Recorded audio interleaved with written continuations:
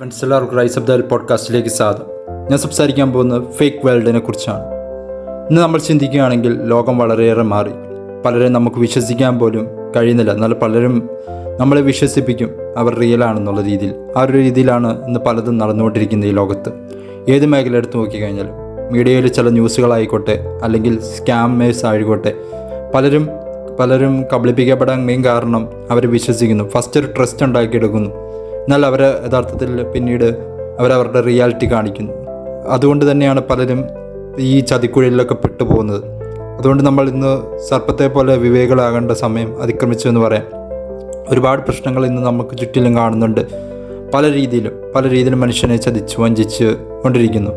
അത് വീണ്ടും തുടർന്നുകൊണ്ടിരിക്കുന്നു. അതിന് കാരണം എന്ന് വെച്ച് കഴിഞ്ഞാൽ പലരും ചിന്തിക്കുന്നില്ല. പലരും എടുത്ത് ചാടി പലതിലേക്കും പോകുന്നു. പലതും അവരുടെ ലൈഫിൽ അവർ എക്സ്പീരിയൻസ് ചെയ്യാതെ അല്ലെങ്കിൽ എന്താണെന്ന് റിയാലിറ്റി മനസ്സിലാക്കാതെ പലരും അത് അവരുടെ ജീവിതത്തിൽ ഓരോ മിസ്റ്റേക്കുകൾ പറ്റിക്കൊണ്ടിരിക്കുന്നു. ഒരിക്കലും നമ്മൾ ബുദ്ധിപൂർവ്വം ചിന്തിക്കുന്ന ഒരു വ്യക്തിയെ ഒരിക്കലും ആർക്കും കൊടുക്കാനോ അല്ലെങ്കിൽ ചതിപ്പെടുത്താനോ കഴിയില്ല. കാരണം പലരും ഇന്നത്തെ വാർത്തകളോ ഒന്നും ചിന്തിക്കുന്നില്ല. ഇപ്പം നമ്മുടെ ചുറ്റുപാടിൽ ഒരുപാട് ആളുകൾ കബളിപ്പിക്കപ്പെടുന്നത് നമ്മൾ ഡെയിലി കേട്ടുകൊണ്ടിരിക്കുകയാണ്. എന്നാലും നമ്മൾ മനസ്സിലാക്കുന്നില്ല നാളെ ഞാനും ചതിക്കുഴി വീഴാമെന്നുള്ളത്. അതുകൊണ്ട് ഏതൊരു ആളുടെ വാക്കുകളും നമ്മൾ വിശ്വസിക്കാൻ പറ്റില്ല. കാരണം പലരും ഒരു മുഖംമൂടി അണിഞ്ഞാണ് ഇന്ന് ഈ ലോകത്ത് പ്രസൻറ്റ് ചെയ്യുന്നത്. അത് പലരും അവരുടെ ഒരു വാക്കുകൾ വീണു പോകുന്നതായിരിക്കാം.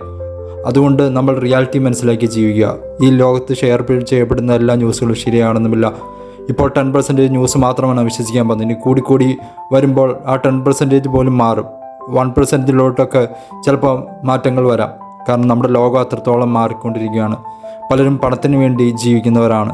പണത്തിന് വേണ്ടി എന്തും ചെയ്യാൻ മടിക്കാത്ത ഒരു മനുഷ്യൻ്റെ ഒരു ലോകത്തിലേക്കാണ് നമ്മൾ കടന്നുപോയിക്കൊണ്ടിരിക്കുന്നത്. ചുറ്റുപാടുകളിലും പല സംഭവങ്ങളും നമ്മൾ കേൾക്കുന്നുണ്ട്. എന്നാലും മനുഷ്യൻ മനസ്സിലാക്കുന്നില്ല നാളെയും ഞാൻ ചതിക്കപ്പെടാം. അതുകൊണ്ട് സർപ്പത്തെ പോലെ വിവേകികളായിരിക്കുക എന്നുള്ളതാണ് ഏറ്റവും ഇമ്പോർട്ടൻറ്റ്.